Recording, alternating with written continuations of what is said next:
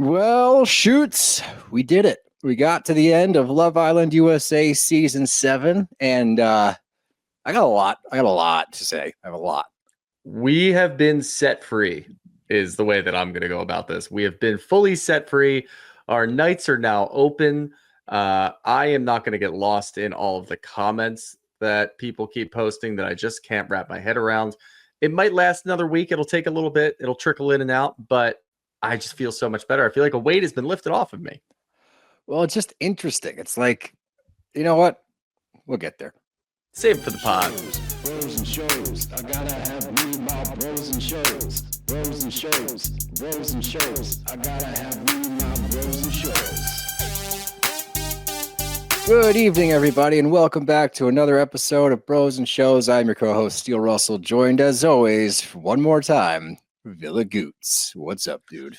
Well, it's not one more time. Oh, reunion. Will make an appearance in a month and a half. Reunion. That's right. I love that they're like, yeah, we got to give these people like close to 2 months to recover from this, mentally, physically, see their family, even though most of them just go straight to LA to hang out with each other still. And then we'll just pick it back up. But I am really excited that Andy's going to be part of it because I don't think he was part of that last year. So he'll get messy. He'll treat it like a Housewives thing.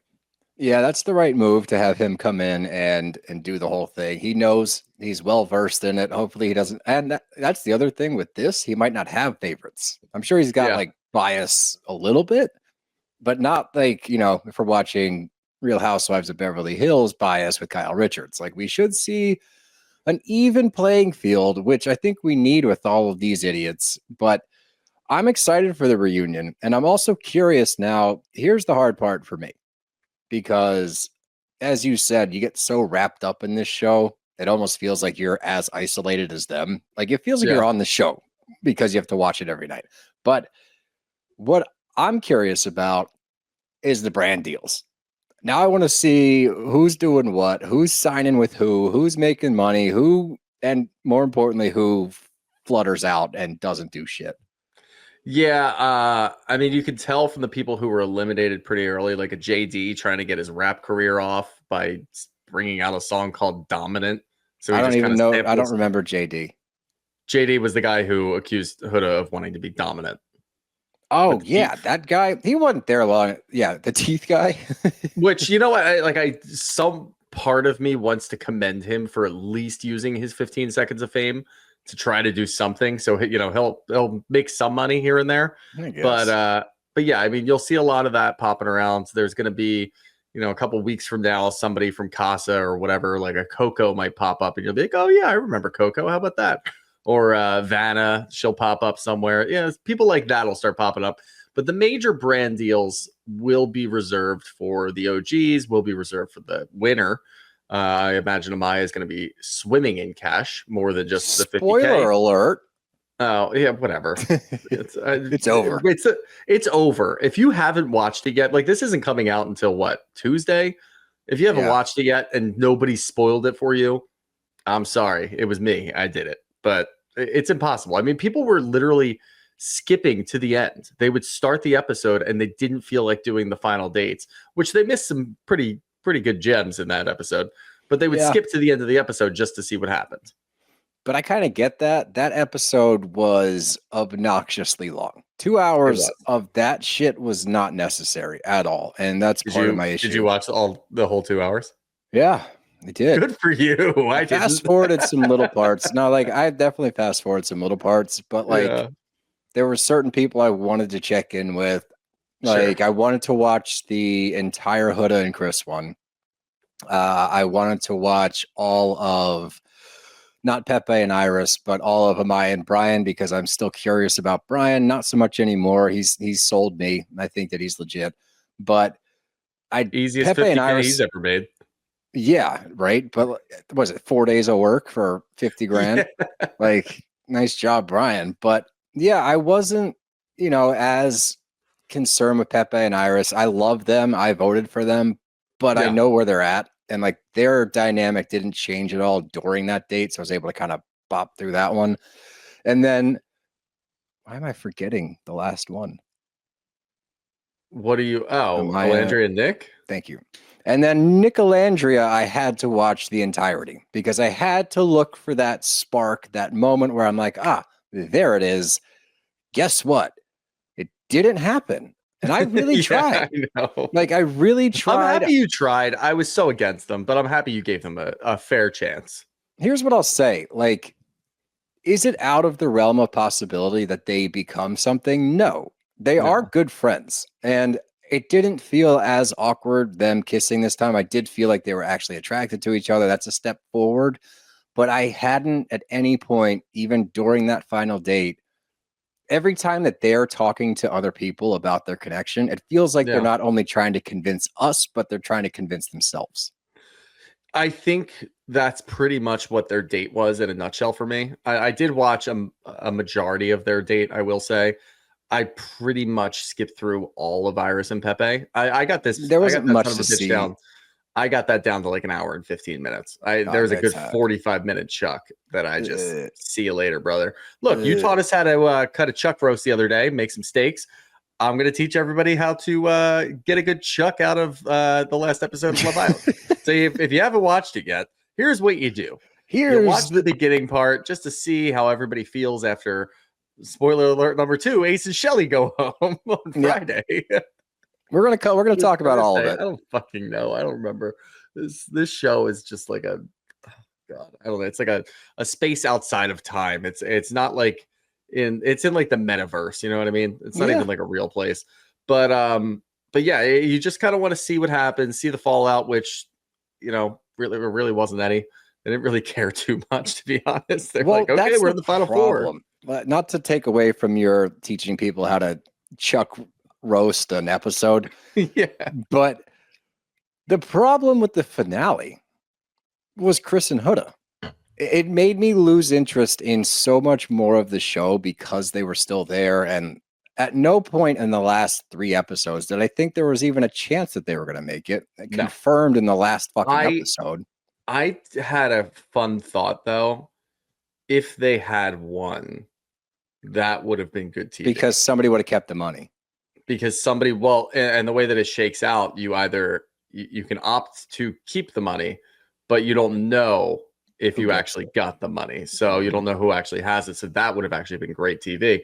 But I fully agree with you, honestly, with the final four. Like, as funny as it was that Ace and Chelley went home just for the sheer like comedy and watching people spiral online, that was really funny to me. I have no ill will towards the two of them. I don't really care. It's a fucking game show, but it was just funny to watch everybody spiral. Once they left, though, you're stuck with Iris and Pepe, who, we love Pepe. I think he's a great dude. They were together for convenience sake, and then they, it might actually work into something. They felt the realist. They felt the realist. I know they could actually stay together for the long haul. I could see them, and then I could see Taylor and Clarke staying together, and then everybody else, like, in a year you'll check back in and nobody will be together. But you're left with the two of them who, maybe they have something there, but they're boring. There's just nothing there for us to really sink our teeth into. And then Amaya and Brian, we've got some questions about, but then it's really just, like you said, it's Chris and Huda. Like, how did we get here? And it's just because there's so many people online that are making so many excuses for Huda and trying to use it as a teaching moment. But, spoiler alert, Huda's not using it as a teaching moment. She hasn't learned shit this season, as we can tell. So it was just a really weird feel. It was very anticlimactic almost, where that's you what get to a point where you're like, all right, if Amaya and Brian don't win, I don't really get it unless it's Huda and Chris. Then it's just funny. If Iris and Pepe walk away with it, it's like, what the fuck? If Nicolandria walks away with it, that's a producer plant, so that's just not going to work. Like, nothing really had a good feel to it. It was just kind of like, all right, let's get this over with. Exactly. And I think here's what I'll say with Chelley and Ace, because obviously we have a lot of skepticism about how long they knew each other. He even says it in his poem, and I'm like, that's weird that you mentioned the fact again.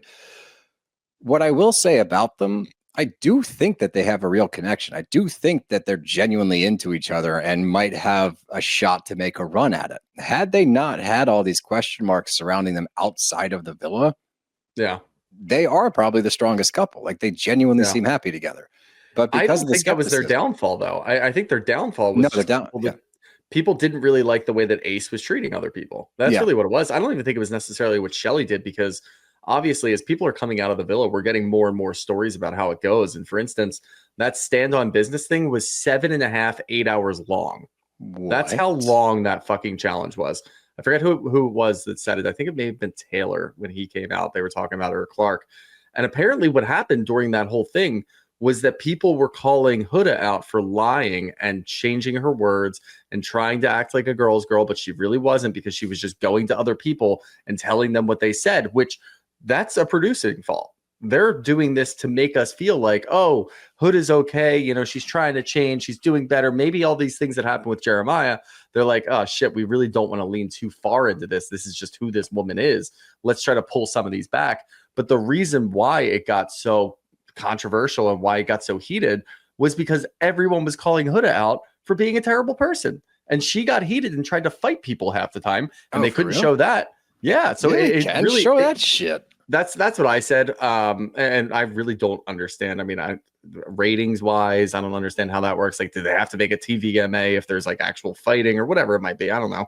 But how is it not TVMA with all the it should be. I don't know. Streaming, we could do an entire podcast on that, like streaming ratings, how that works, because fuck if I know. Child locks, who knows? But yeah, so there's so many different things that we're learning from the people coming outside the villa, and we're primed to learn a lot more, whether you believe it or not. So it's just really interesting to me that that's what we got. We got an edit of Chelley, and you know, Sierra's a bad person, but Chelley, Sierra, and Nicolandria being mean to Huda, and it's like, all right, we understand Huda's not a great person, but do you really need to be doing all of this? And we were more mad that they weren't standing up for Amaya, to be honest. Yeah. But that's part of it, and that's why a lot of people who were fans of Huda voted for, you know, Huda to continue to go, and that's what resulted in Ace and Chelley going home. So that's really what happened. But I think Shelley's fine. I think she's a good person. I really don't have any issues with her. Ace, I think he handled the Amaya situation crazy, and anybody who's trying to tell anybody different is wild, because he was people just saying different.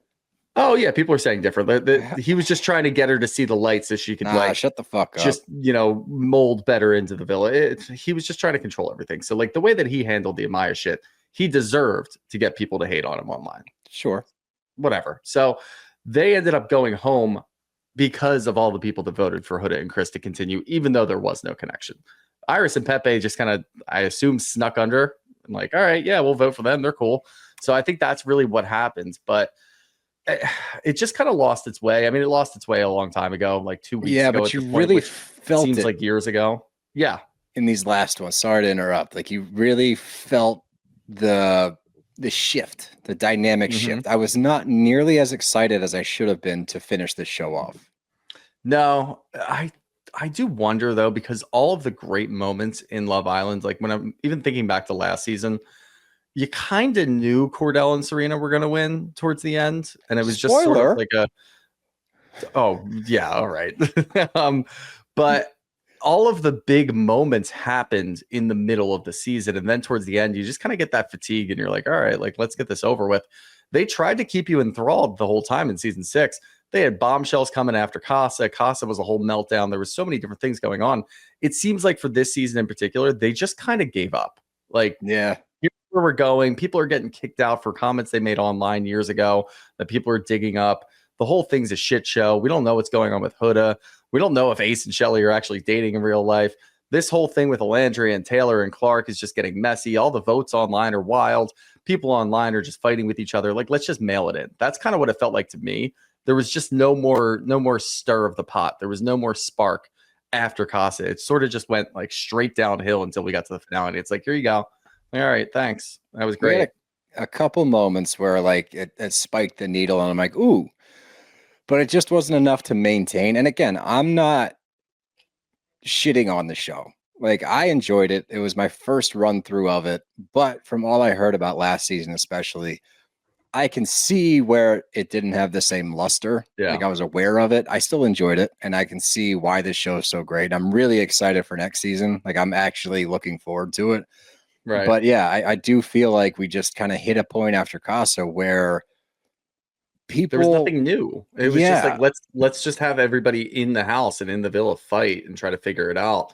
But they weren't throwing any wrinkles in there. And like, I don't care. Yeah, you can be creative if you want to with the challenges. But the challenges are just like, I hate a little those. bit of like, It's just a vanity thing for an episode. Like, all right, cool. We're going to put them in bikinis that they wear all day, every day anyway. And we're going to have them make out and it's going to get crazy. But like at that point, everybody's just only making out with their own person because they don't really want to create any waves.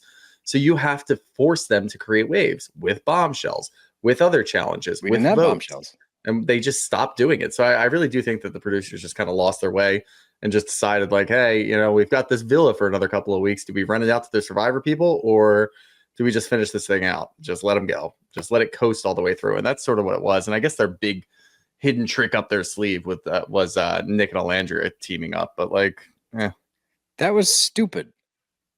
It was. I'm sorry. Like I know that there's a lot of people out there that are Nicolandria stands. Lord knows our DMs are flooded with them. I love both of them individually. I think Alandria is amazing. I think Nick is very funny. I guarantee you he's never going to have to get a real job again. Like he won in that regard. He's going to be famous because of this show. Alandria going to do very well and be famous because of this show.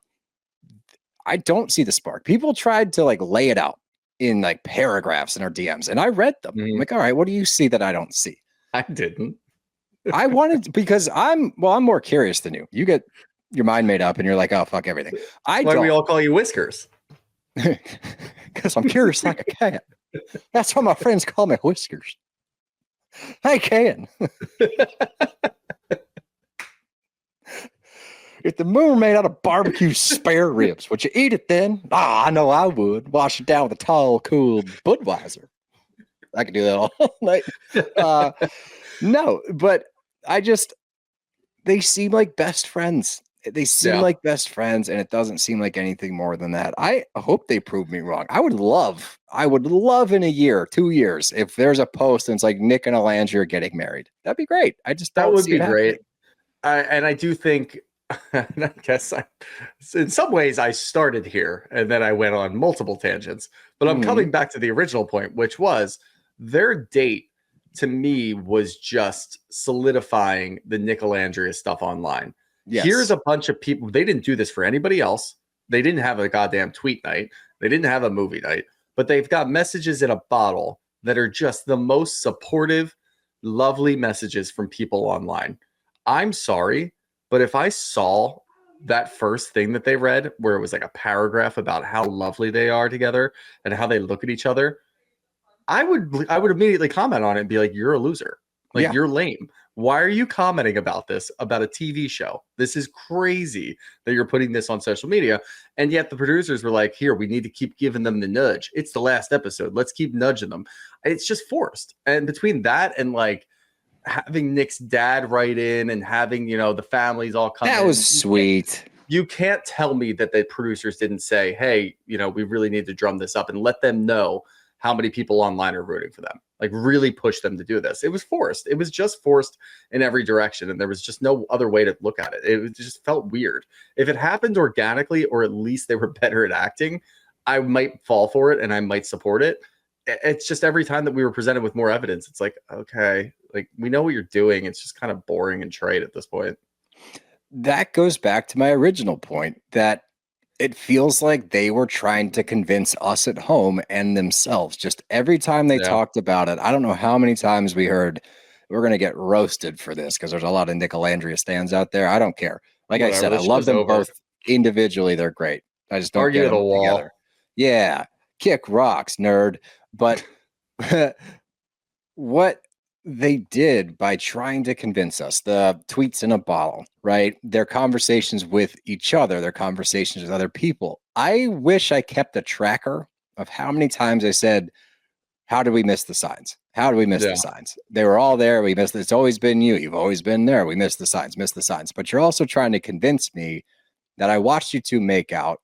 There was no spark. You both acknowledged that there was no spark. And then 2 days later, you're trying to tell me that there is a spark because Sierra's racist.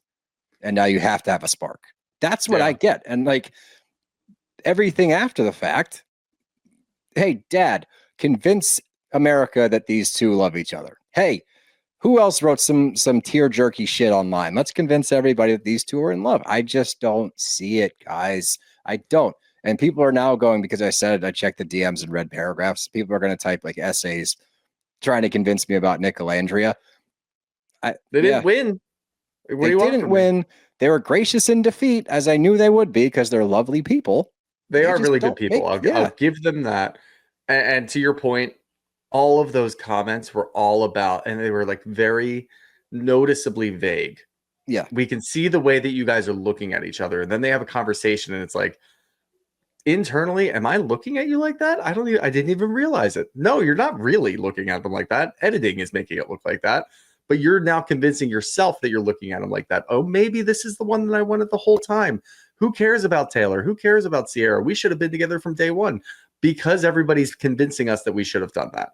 Mm-hmm. And if it just happened out of nowhere, and Sierra wasn't racist and didn't get sent home early, and Taylor didn't pick Clarke because he never liked Nicolandria to begin with, those types of things, if it just kind of like merged together and they ended up picking each other, would have been cool. Because even us in the beginning, we saw it, and you were still a Nicolandria guy, but you could still see it and look and say, all right, yeah, there might be something there. And then it was just shoved down our throats, and we're like, all right, we don't want this anymore. Like, enough. I didn't want it anymore. Yeah, and like I said, if we see that these two are getting hitched in a couple of years, I'll be stoked. They would be great together, but they're just like the wedding. Absolutely. But that's the other thing. Just to let people know, like, this isn't a hate train. They would be great together if they actually were attracted to one another. They would be good together, but they're not. You can't convince me otherwise. But I want to talk about, let's just roll through couples at this point. Then we'll get to the finale, and we'll just kind of lump all the last few episodes together. Should we save Chris and Huda for the end? If you want, yeah. I feel like we should save them for the end. Let's save them for the end. Yeah, let's see, like, we're at the point now where I'm not really like jumping at the opportunity to start talking about it because it's over. Yeah. So I'm like, yeah, we can save it for the end. But at the same time, I do want to talk about it. Yeah, and I think once you get going, it's gonna get a little more enthusiastic. So save that for the end. Had a rant, which I did not check any comments to see if people yelled at me for attacking Huda. If you will. They weren't that bad. Yeah, people got a good head on their shoulders. Let's see how today's episode goes. Yeah, good luck, fucker. I'm on this side, which is your neutrality. He's not supporting Huda. He's just maybe we'll see. Switzerland. No, but let's talk about Brian and Amaya, because we both talked about, I loved Brian out of the gate, or as the kids say, off the rip, and I had questions. What? Did you love Brian out of the gate? No. When he got to the villa, yeah. Okay. When he defended Amaya at the stand-up. Yeah, that's when I was like, oh, this, because originally I was out on all the Casa guys. Yeah. You didn't even know his name before. No, and I was like way out. I didn't like the Casa guys. So yeah, I meant like when he had gotten and worked his way into the villa. I apologize. You are 100% correct. I distinctly do remember in one of the Casa episodes when I brought up Brian for some reason. I don't know why. And you're like, who the fuck is Brian? Oh, yeah. Yeah. Which, by the way, fair and awesome for him that he went from who the fuck is Brian to winning. Fuck yeah, Brian. So, great. Yeah. But we both had questions because, for me at least, it was very quick, right? Yeah. He did seem to understand Amaya. They seemed to get along. It wasn't until I learned what I think his demeanor is and like how he responds, that's when I started to buy it. It was actually kind of the last two episodes, the last one specifically, but I started to pick up on his mannerisms and stuff like that, because originally there were moments where I'm like, oh, he seems like he's phoning it in. He seems like he's kind of just saying whatever. But then I saw him with his family, and then I saw him with Amaya again. That's just how he talks. So I was like, okay, cool. I can move on from the questioning Brian thing. But watching the journey of Amaya Papaya was beautiful. From where she started to where she ended up with $50,000 and a beautiful man. That's love. That's what Love Island's all about. Amaya is the epitome of Love Island. She went out there, she got knocked down, she cut her knees up, she pulled herself up, she said, fuck you, Ace, and she found her man, and she got the bag. Hell yeah. Do you know what the best part is? She didn't even say fuck you, Ace. She supported them till the very end. because she's just so so sweet. And she's already said that she's donating her $50,000 to charity. I hope she talked to Brian before saying that, because Brian might be like, fuck. I kind of wanted that. She's really doing that. Yeah, I mean, she really is a great person. She had Fenty Beauty in her DMs, or on her comments rather, saying, hit us up when you're out of the villa. Like, she's gonna have she's working with Riri. Yeah, she's gonna work with Riri. Yeah. But yeah, I do hope that she consulted with Brian about that, because he's gonna look pretty bad, at least for like a week, until people forget about it, if he doesn't give up that money. But yeah, the way that I like to think about it in my fan fiction brain, if you will, and this is kind of how I rationalized liking Brian and believing in them as a couple. If they were, say they're OGs, or say, Brian was an OG or Amaya was an OG, and the other person came in as a bombshell, I could see them going the distance, starting from the beginning of the show until the very end. I could see them being that main core couple. We had Ace and Chelley, but that was always like a will they, won't they, are they open, are they not, which I think that was a flaw of their own. I think if Chelley had closed off and didn't really try to discover anything with Chris, or at least didn't say vocally that she was discovering things with Chris or exploring with Chris, they would have been better off. I think people would have not fallen for it, but believed in them as a couple. Instead, it was like, all right, like, Ace is making a lot of sense right now, asking why you're doing this, and you're still doing it. And we're all confused. He's confused. And now you guys are closed off. It's like too little too late almost. You guys have been together since day one. You should have just closed off first, honestly. And that would have been so much better. It would have been so much more authentic. So I do think that Amaya and Brian, if they were in the house at the same time in the beginning, they would have been there the whole time, and they would have been a core couple. They would have been completely unbroken. I feel like they would have found each other after Casa and all of that. I just, there's no other way for me to look at it. I feel like they had that kind of rapport. And I agree with you. After watching him talk to his family, who was it? His God, I can't remember. Was it his dad and his dad brother and his friend? It's his friend Brian. I believe so. His friend Brian, his dad for sure. And I think there was. And then he talked to his mom on FaceTime, I think it was. Or got a message from her, whatever it was. All of those things all together, it's like, all right, now we get to see your real personality when your friends are there, when your family's there. Are you going to change up a little bit? And he didn't really change up. He talked about her the entire time, which is cool. So yeah, I fully believe that they were authentic and genuine, and obviously Amaya was authentic and genuine the whole time with her journey. So they deserved it. They really deserved it. And yeah, maybe some people could say it's boring or whatever you want to do because you were a fan of Nicolandria, because you fell for the dupe. Fine, I don't care. But they deserve to win. They did. They absolutely deserved to win. I don't know how you vote any other way. I voted Pepe and Iris just because I fell in love with them when they fell in love with each other. Fuck yeah. You just said like 10 minutes ago that you voted for Amaya and Brian. No, I didn't. I said I voted 10 minutes ago. No, I didn't. No, I didn't. Run the tape back. I said I voted for Pepe and Iris. I hope somebody does this due diligence, because that's Run really funny. No, question. Did you even vote? You one of those? I did. I voted for Pepe and Iris. I'm Papyrus. Was that your first Papyrus season? Real question. Oh, yeah. Yeah, it was. Yeah. Because you didn't text me to remind me. That's on you. This is your fault. It got to a point, and this is just season fatigue, but there was a good 2-week stretch there where I could text you and Devin and say, hey, you guys watching? And you guys would be like, yeah, what the fuck is this? And then it just turned into me and Devin texting, and you were like, hey, shut up. Well, I would watch it later. A lot of times because I was putting Poppy to bed, and we're reading a book, things are finishing Harry Potter. So I was like, hey, I'll start it later. Life finds a way, and Love How many Island times just gets have we in the way done of that? I don't know. I just like it so much. We've done a lot of Jurassic Park references with Love Island. Jurassic Park and Mission Impossible. That's what our podcast has become. Hell yeah.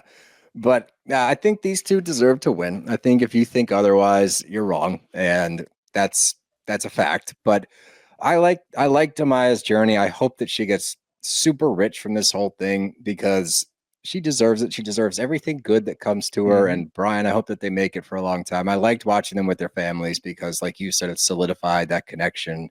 They really seem to be into each other. And then when you watch the final episode with both of them, I don't know, man. Like, that's, I think, when I really picked up on it. I was like, I think these two are like in love. I was waiting for someone to say, I love you at that point. Yeah. No, I kind of felt the same way when they were in Ian's grandma's basement, which is exactly what that looked like. Yeah. I don't know what the hell was going on. When we break down the settings of each of these dates, and we already kind of talked about Nicolandria, they just go to a beach, they go to an island, which was really cool, by the way. Just a beach. They went to a private island. They're the only ones there and walked up a mountain and made out. You gotta be careful of private islands down there. But when it comes to the two of them, Oh my god.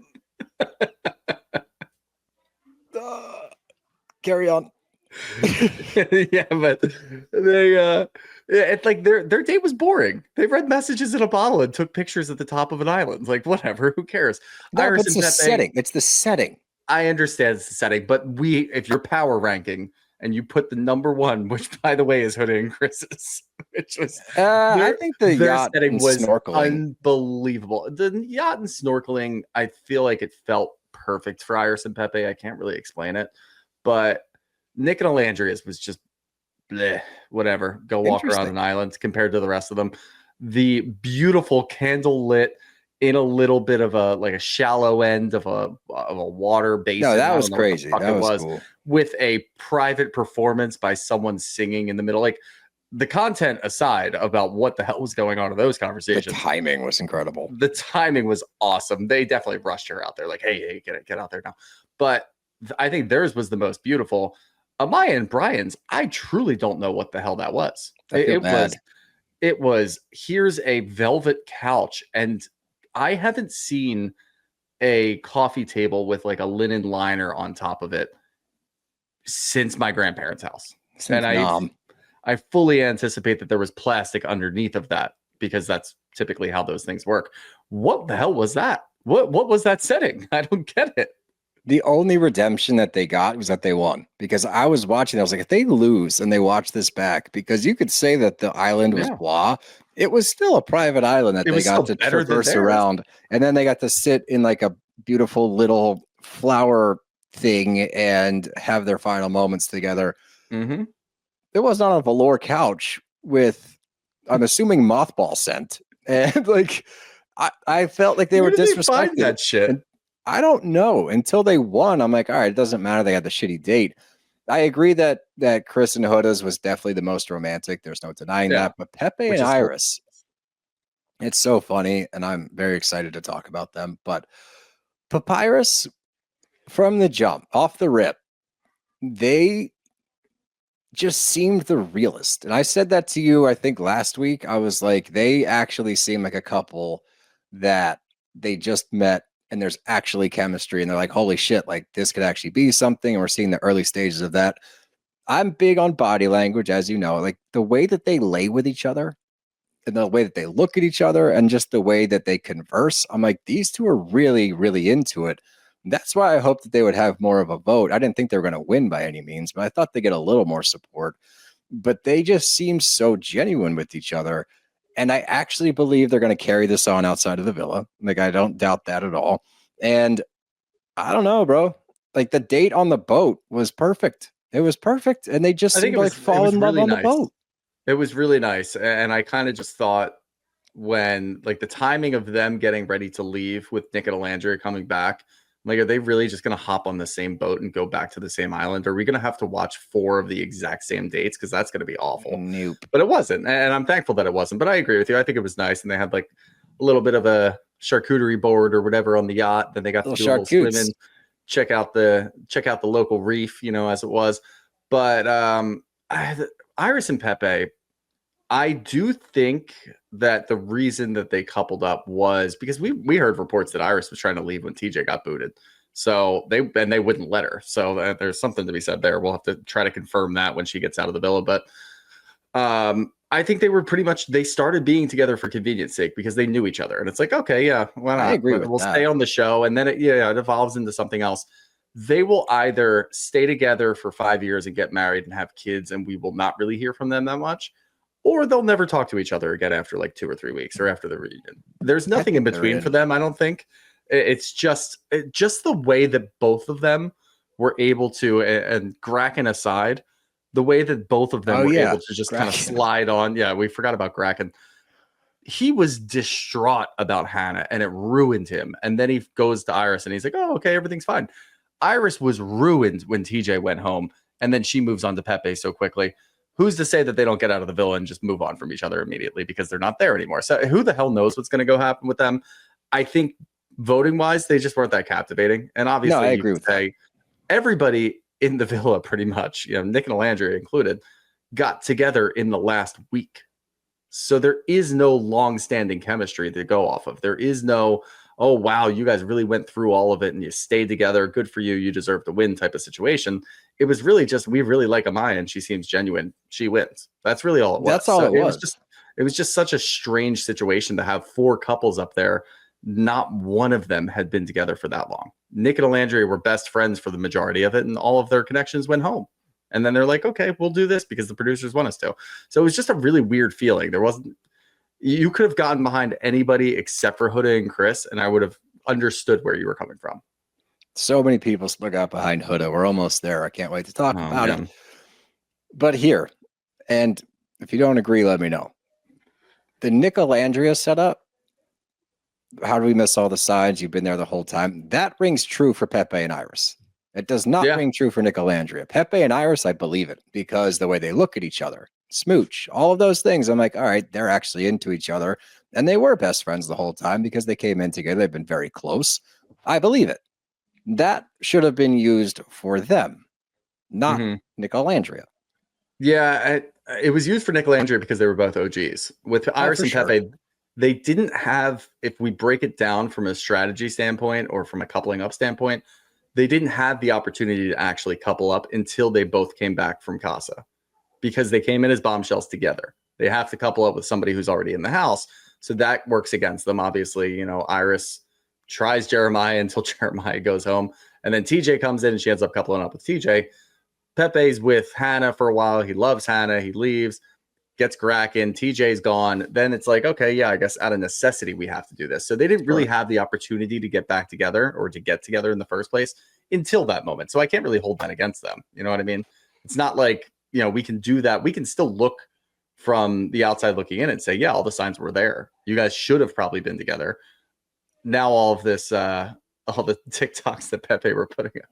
Pepe was putting up a bunch of TikToks saying like, I really love Latinas pretty much, where he's like, he was like, brunettes, blondes, Latinas, hell yeah.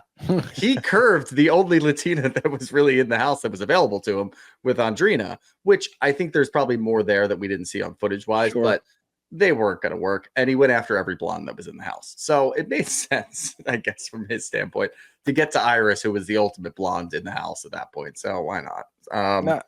I just don't know. It's just tough. I don't feel strongly about any of the couples. I never did. And they all disappeared before you got really strong feelings. Well, that's a victim of poor voting that we had to endure for the entire season. And it was frustrating. It's extremely frustrating when a bunch of people vote for idiots. But hey, anyway. But yeah, I don't know, dude. I think that you nailed it with there's just not a lot of investment, and you could really feel it the last 3 episodes. I will say, like, I did have a moment where I was just thinking back on everything, and the journey that we've been on. Reminiscing. Yeah, I was reminiscing. I took it kind of hard that the show's over. I'm not gonna lie. It just became so routine. Like, there's part of me that's like, oof, I don't have to watch a show every single night. I can space it out. But I don't know. You get so enthralled with like the villa and the routine of it and the people on it. Like, I got genuinely sad when people left. I got genuinely happy when people pop back up. I'm like, oh, this is I'm weirdly invested in these people. But yeah, I was thinking back on it. And like, I saw this TikTok of this dude, and he was talking about how fucked up the setup of this show is. Like, when you really break it down. Yeah. And I was just thinking of that and thinking back. There was a moment, and I meant to talk about it before we got caught up with other shit. But it was when Amaya and Brian were going to the hideaway. And just the scene that I watched was so ridiculous when you think about it from like a real life standpoint. Everyone points to those two. It's got to be Amaya and Brian. It's got to be Amaya and Brian. Cue the music. Techno remix of I Want to Dance with Somebody. and everybody jumping up and down, high-fiving and chest bumping and psyching each other up because they're get to go have sex. They're about to go boink, and everyone's like, "Hell yeah, let's go!" Woo! They were It's like, chanting, "Oh, "Eat that kitty in the hideaway." I know, but as this is all happening, it's like, "Oh, I want to dance with somebody." This is the most ridiculous setup of a show ever. Like they're going to that closet to go bang right now. Let's all chant, cheer, high five, and cue dance with somebody. Like that's what this show is. It's very 7 minutes in heaven coded. Mm-hmm. High schoolers all chanting at people to get in there. Yeah. Except it's overnight.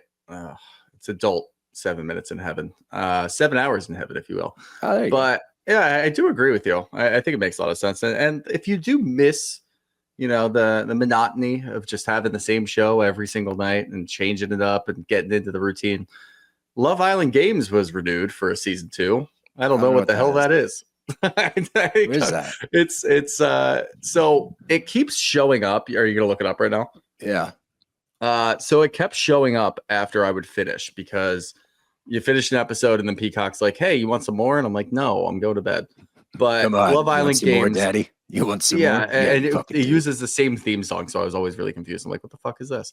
But Ariana's essentially, Ariana's hosting it, and she got the nod for that, as well as coming back next season, as well as hosting the reunion with Andy. So she's getting a lot of things going on there. But from what I understand, it's sort of like an All-Stars, Love Island All-Stars, where they'll pull people from the UK, from Australia, from the US, and they'll have them compete in different games within the villa. And it starts in September.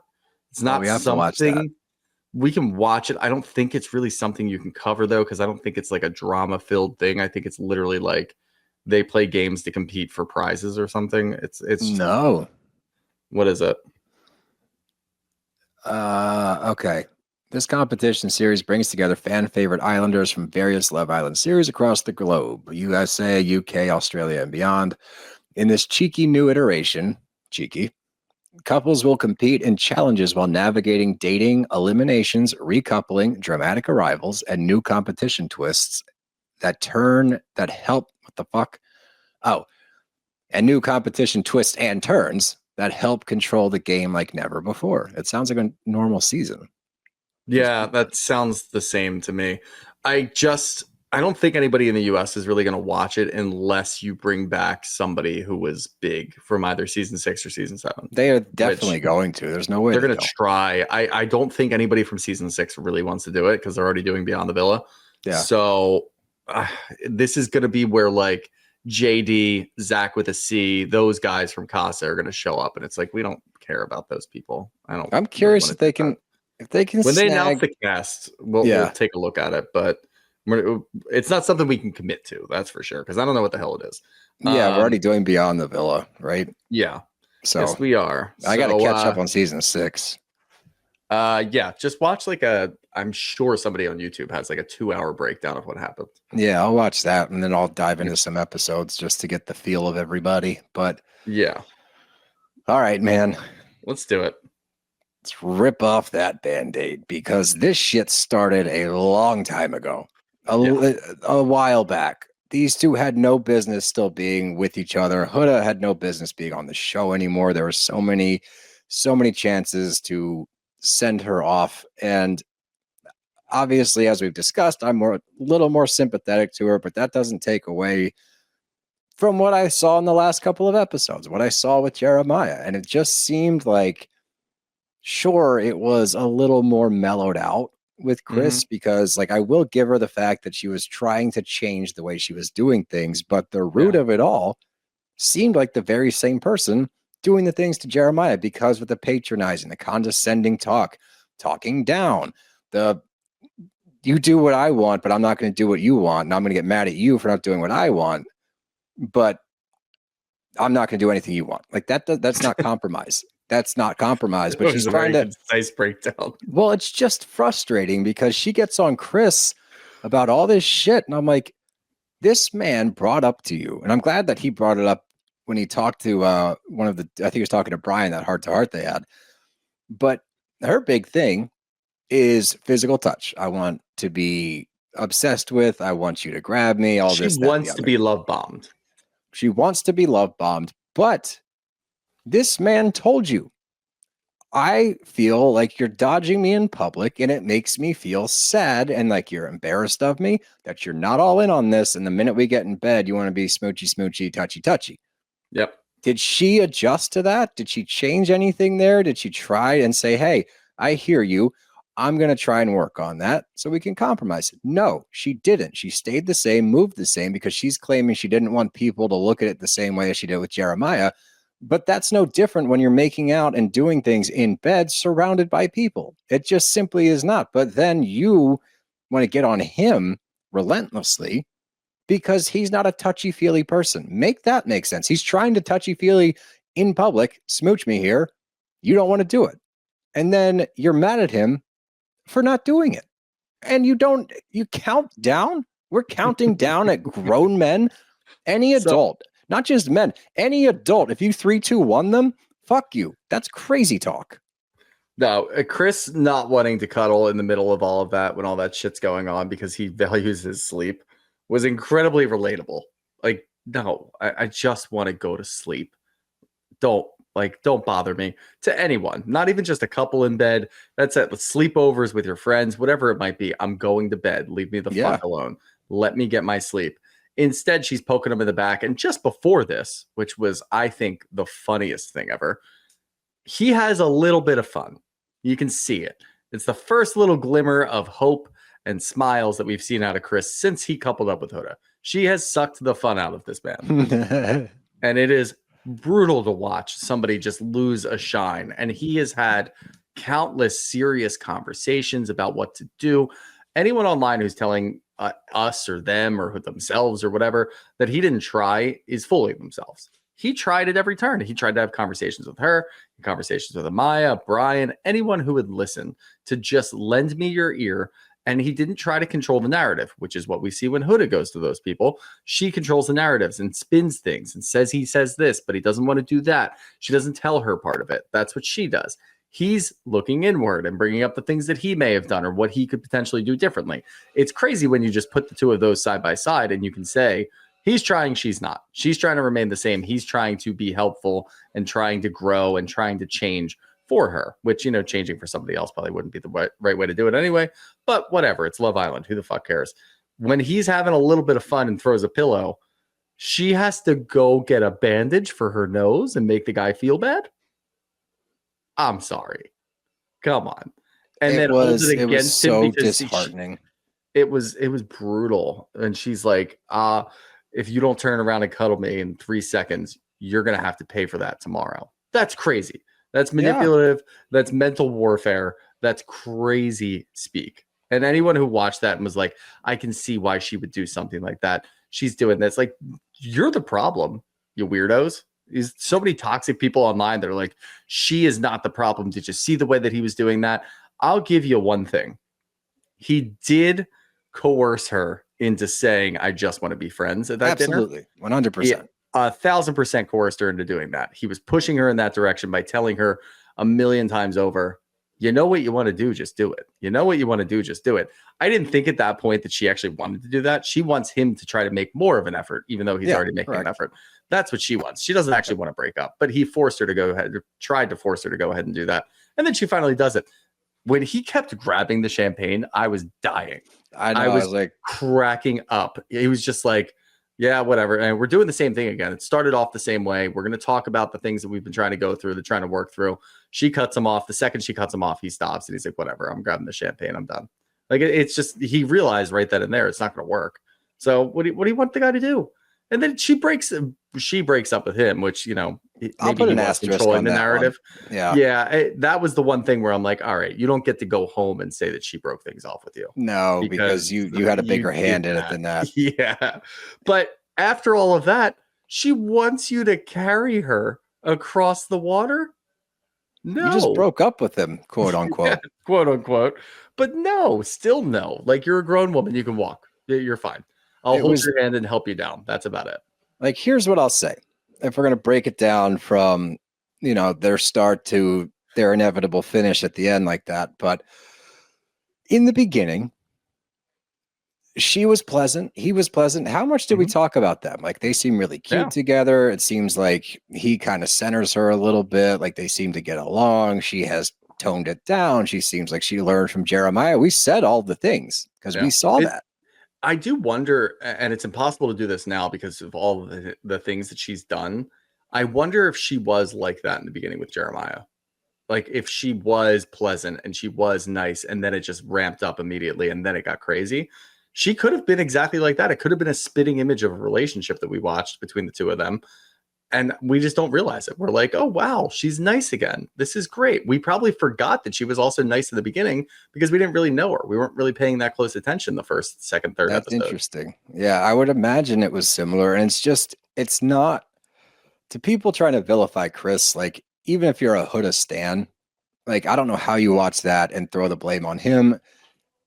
Watching that whole thing transpire, like I said in the beginning, he was very understanding, even when shit would pop off. Like, after we saw the baby thing, he went to her and was trying to ask the right questions. He's a very intelligent person. Like, the way he articulates everything, he does a really good job of describing exactly what he's feeling and thinking. And he asks the right questions. I was always impressed with the way he's able to articulate his feelings and like his emotional intelligence. But if you watch it throughout, there's a certain point where he starts to get short, where he starts to turn a little bit, where he's starting to point her with his conversation. He's not saying it that I want you to do this, but he is alluding to it, such as, I know what you want to do, just do it. That kind of talk started days before they actually broke up at the end. Yeah. But at a certain point, he hit a breaking point. And then I thought that was before the family gets there. Then the family gets there. Mom and sis are all about Huda. I was like, what? That's what have they been watching? That was the other thing. Everybody came in. There was no drama at all in the family stuff. Is there usually? I don't think so, because this is the first time they've done in-person people coming from your family. Usually it's like, hey, you just won America's vote. You get to go to the hideaway and you get to talk to your family. So last year it was 2 couples that got to talk to their family. That was it. This year, everybody gets a family member. So like, whatever. But there was nothing there. It seemed like everyone there was proud of their person, was happy that they were in the couple that they were in and rooting for them. So it gave them all false confidence. And by all of them, I mean Huda and Chris, because Chris was a wreck before that, thinking, holy shit, what is my family going to think about me with Huda? Is my mom going to come in here and she's just going to rip me apart because I'm sitting here with this woman who's just making terrible decisions at every turn. Who's mean to me. Who's mean to me and brings out a side of me that they probably don't like. Or are they going to like her? And he's just completely racked up there, just freaking out. And then everything's fine. So, I mean, I guess, like, yeah, if you're a family member, you don't want to come in and immediately be mean or, like, not talk or be standoffish because you haven't seen your kid in a while. I get it, whatever. And maybe you want at the same time, it's like, that's actually more harmful than it was good, because it probably gave them another day or two of like, oh, this is great. And for somebody like Huda, it gave her a lot more confidence. Oh my God, your mom loves me. This is great. I'm going to be more of myself, which is worse. So it probably, I assume, helped that situation or hurt that situation, depending on how you look at it. It was just bizarre. It was bizarre. The whole thing was fucking hilarious, to be honest. Watching them go through this breakup and a woman comes up to serenade them in the middle of their dinner in beautiful setting. The timing, meanwhile, they had just broken up. It's great. The timing was impeccable. But if you break it down, if you lay this whole thing out, right? And I said that there was clearly that shifting point when he became short with her and all those different things. The biggest sticking point I have, you already brought up. Every time that he's talking, and he talked to a lot of people about this, a lot of people, and he also had a lot of very nice things to say about her early on. Yeah. His conversations were constructive. What's going on? Am I crazy? What do I need to do differently? Do you see this? He's asking the right questions. When she talks, she changes what actually happened. You don't get Chris's side, to the point that Amaya's like, that's bullshit. Like, I can't believe. And Amaya, who's very understanding of most people, and she didn't like pour it on thick. She still was like kind of neutral.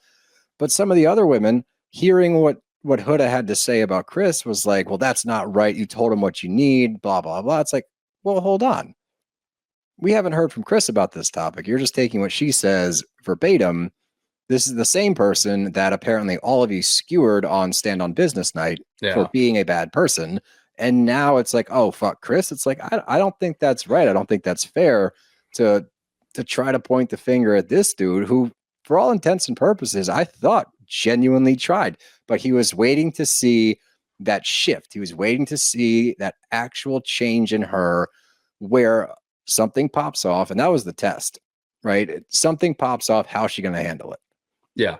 It popped off and she handled it the way she used to, right? She didn't yell, but at the same time, you're poking this man in the back. You're threatening him if he doesn't hold you. So that's one, emotional warfare. Two, you're using sex as a weapon, which is not a great place to start your relationship. And three, you're gaslighting this guy and telling everybody that he's treating you horribly when we've watched him treat you very well for the majority. Mm-hmm. Was he kind of a dick sometimes? Yes, he was. Sure. Yeah. Was she kind of a dick a lot of the time? Yes, she was. He acknowledged all the shit that he was trying to work through and look the other way on. And it got to a point where you simply could no longer look the other way because it was all around. And I don't think it's fair. Yeah. And I know that's the Huda stands. It's the 2.5 million people that she's got 3 million now. Is it up to 3? Yeah. I don't think it's fair, even if you stand with Huda. I don't think it's fair to put Chris on this island of fuck that guy. He's the problem. Because Chris, he tried. He definitely tried. Yeah, he absolutely tried. But I mean, it's the same thing. I mean, we saw the same look in Jeremiah's eyes as we did in Chris's eyes. The life just gets drained out of them at some point, and they start questioning their own sanity, which, isn't great. He could be playing ball overseas. Could be playing ball overseas. Probably should have, honestly. But, hopefully he gets some sort of endorsement out of this, or at least some sort of notoriety, make a living out of it, maybe get a house. That would be great. I think he will. He's still, we don't really know where he lives. No, but he's a likable guy. He's a likable character. I think he's going to be fine. But yeah, put that side by side with the way that it ends, because obviously we have a winner, but we have to break down everything. Who's in fourth place? I can't believe Iris they sent them up, by the way. I can't believe that Chris and Huda had to even go. I thought they were going to be like, you guys can sit down because this is absolutely pointless. No, I thought it was funny again, because once Iris and Pepe sat down, I'm like, could be really funny. That would be the funniest thing, is if they ended up winning. Because if they won, if they won, it would have been funny. Not that they couldn't stand up there for the vote. Reading the vows or whatever the fuck that was. I watched those, but like I'm not even analyzing them. They're so stupid. It's just they're meaningless words. Nobody gives a shit. But how many times? What did Nick say? What was this highway we call life? He said that twice. Yeah, highway we call life. Let the sparks fly, oh, boy. But Huda and Chris, and this is what Huda does. Now she's okay with it, where it's her decision. She wrapped her head around it in a way of, yeah, it was my decision that we're just going to be friends. We're done. It really wasn't, but you can say it was. How the hell are we even up here? We're not even together. It's like, all right. Yeah, I don't believe you. Go sit down. Go sit down next to. Actually, don't sit next to Iris and Pepe, because when you do go sit down and Pepe gives Iris a kiss, Iris says, "Can you give one to Huda too?" And Pepe looked fucking frightened. Like, absolutely not. And I guarantee you Huda would have been like, yeah, I'll take a kiss. Kiss me in the forehead. Tell me everything's going to be okay. No, absolutely not. Stay away from me. So, as we've already spoiled 15 times, Amaya and Brian win. Yay. Very, very obvious. They do not, one of them does not try to take the money. They both just split the money. And that's the end of Love Island as we know it. Hopefully they don't hire micro-influencers next year, because as we find out from Ace and Chelley and all of their post-game interviews, if you will, they all knew each other. Everybody knew each other. Yeah, I know. What things with Nicolandria. I've met Nick. I met Taylor. I knew this person when the Casa people came in. I've seen them before. What the fuck? No. Boo. Just absolutely not. Strangers. I can't believe. Go back to strangers. That's what they do in the other countries. Go back to strangers, except for Tommy Fury. He was not a stranger. Tommy Fury was on that? Oh, yeah. You got to watch that. That's wow. a UK season. It's incredible. But yeah, I mean, Reunion's a month and a half away. I don't think it's going to be that explosive. Those types of reunions, it's going to be a lot like the Vanderpump Villa reunions. Yeah, but like I'm excited for everyone to get back together. I think they're all moving to LA. That's kind of what they do now. They just move out the West Coast, start a new life for themselves. Then they realize, holy shit, the money train is running out because I was not one of the cool people. That'll be fun to watch, though. I'm excited for that part. It's fun to watch. Final thoughts, if you will. And this is something I wanted to point out earlier with Nicolandria, but as he's giving his speech, was it not shockingly similar to the exclusivity speech that he gave Sierra? Like, when we get out, when we get out of here, he's not that bright. No, but like he's like, when we get out of here, I don't know if we're gonna be dating, lovers, or best friends, but it's like you're giving yourself an out again. Like the whole speech was like, we'll see what happens, but like life's crazy out there, but this has been cool, I guess. So that speech did not invoke any hope for these two outside of the villa, which I wasn't on that team anyway, but now I really don't think they are. And then the rest of my final thoughts. As you guys know, I enjoyed this season. I can easily see where they fell short across the board. What? Are you going to do it? Oh, I mean, look, as you just said, everyone moves to LA, right? After these shows get done.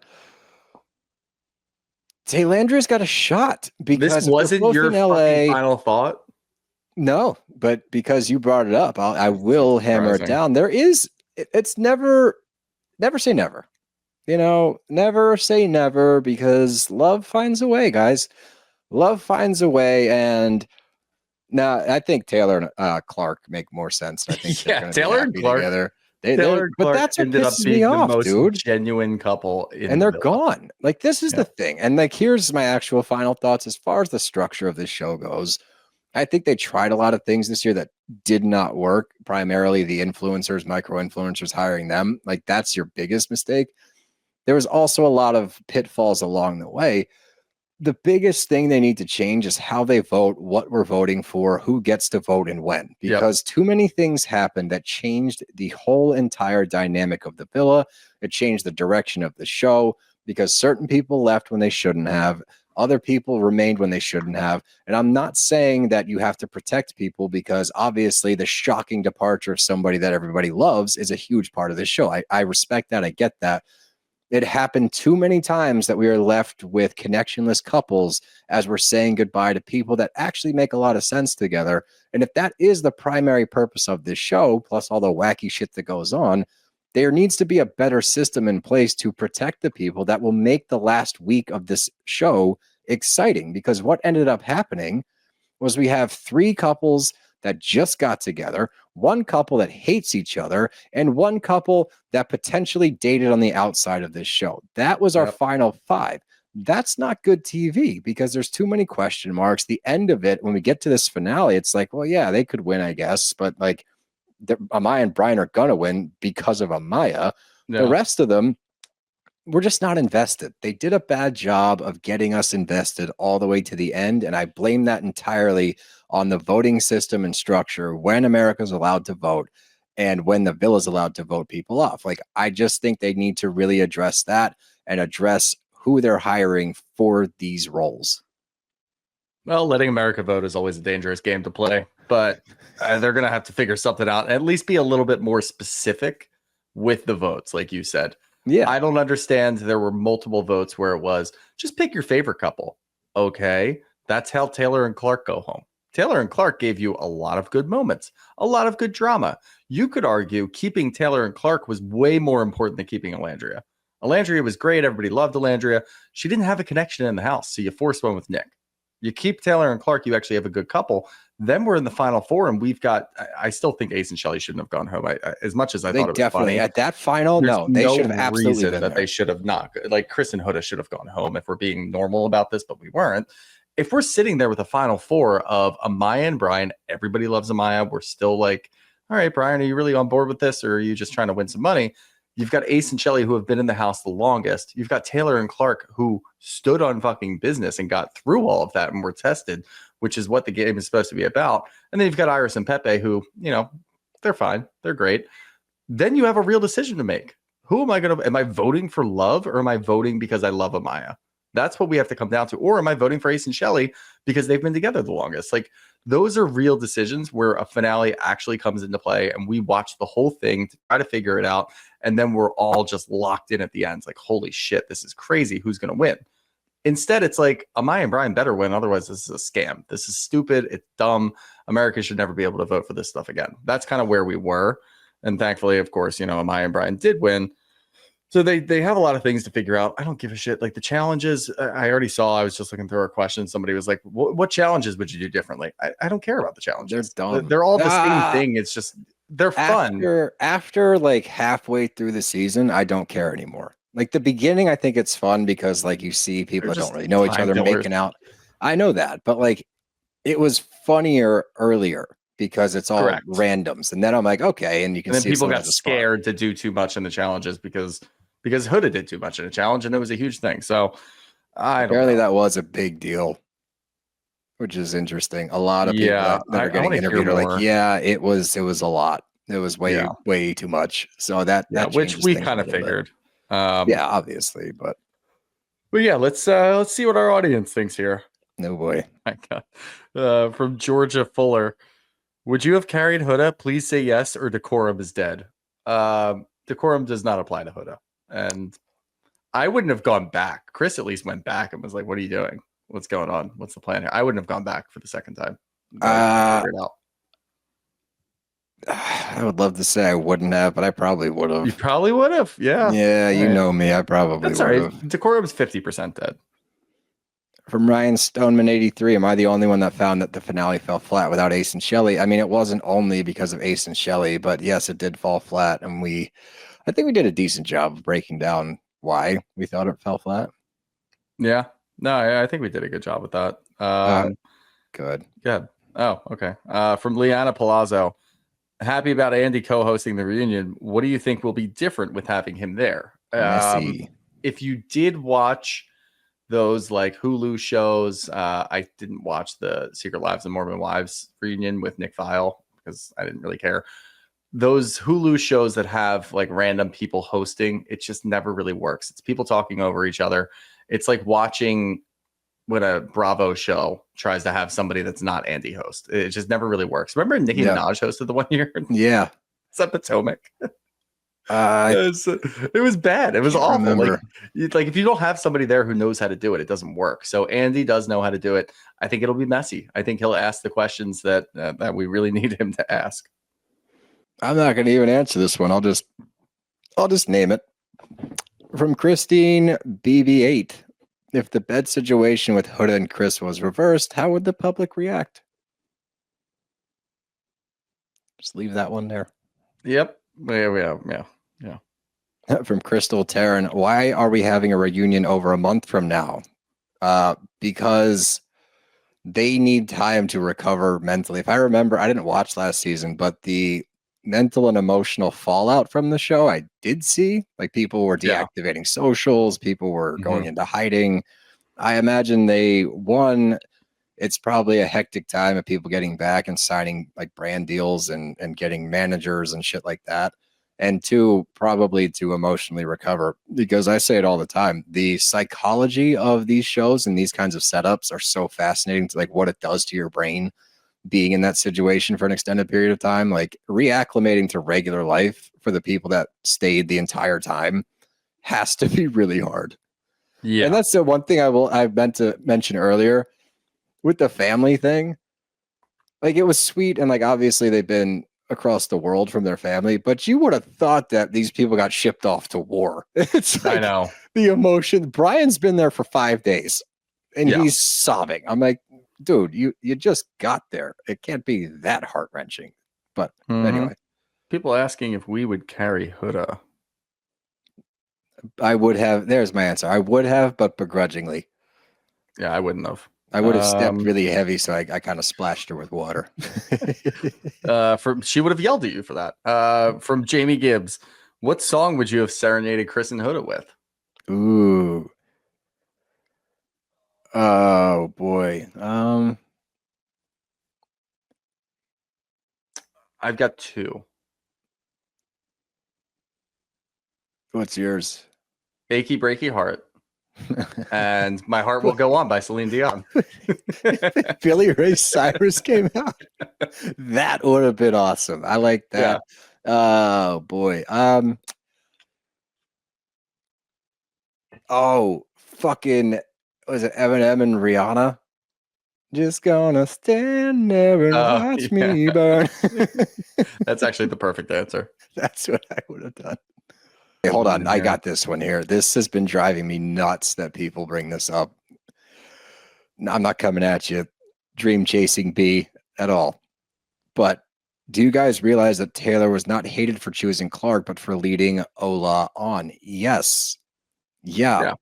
We know. That's why he went home. Yeah. That's why Clarke was also voted least genuine. She had nothing to do with it. Yeah. That's the other part of it, where you say it's only because it wasn't, because Clarke got caught up in the mix of it because he chose her. And we said multiple times, the way that Taylor handled it was not great. He should have told her flat out. So yes, we get that. But at the same time, he got vilified for also playing the game. So it's a two-parter there. You can't say that one didn't happen and the other did. They both happened. Yeah, you had taken the stance of, oh yeah, he handled that poorly, and then I tried to explain why he handled it the way that he did, but we were both on the side of he handled it poorly. Yeah. So yeah, we're aware. We understand what that was. He shouldn't have gotten the collateral damage. No, that's my thing. Like, because you watch these relationships, quote unquote, break down throughout the season. There's people still there that did similar things or treated certain situations the same. It's just it came down to Nicolandria being a fan favorite, and rightfully so. I love Nicolandria, but I don't think that he should have gotten kicked off of the show when he had a genuine connection. How he got there might not have been perfect, but the point of this show is mess to find that connection that we want to root for. That's what sucks about the vote, because when Taylor and Clarke got the boot, they were probably a top 3 couple in the house. Yeah, for sure. Last one here, and this is a good one to end on, from Jacqueline R. What was your peak and pit of this season? Okay. My peak was actually that moment I described earlier, just because I really, in that moment, felt how fucking nuts this show is. And that was when I Want to Dance with Somebody Techno Remix came on and people were cheering and chanting to go boink in the hideaway. That was it was just a funny moment to where I sat back and, like, you know, where you get like a reality check sometimes and you really think about like what you're doing and what you're like watching. Yeah.